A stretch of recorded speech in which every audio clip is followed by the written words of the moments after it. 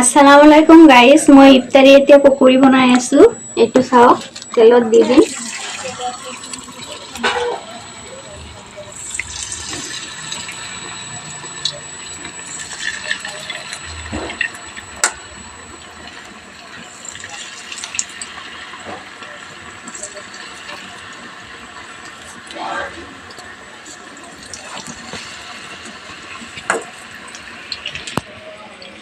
ইফালে মই গাখীৰ উতলাই আছো ইফালে, আৰু মই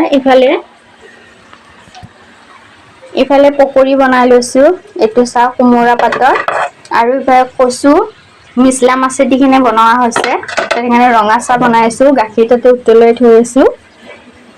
আৰু ইফালে লাও, এইটো মাংস দিম। মই হাতটো ধুই লওঁ।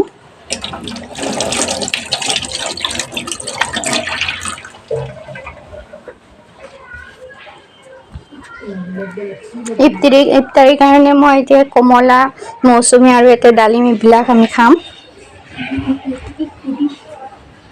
এইটো চিতৌ পিঠা চাও, এইটো আম্মাই বনাই আছে।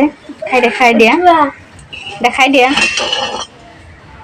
এইফালে, আৰু ইমান চাফখিনি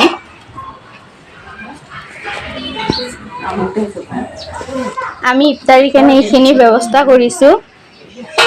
বাই বাই গাইস।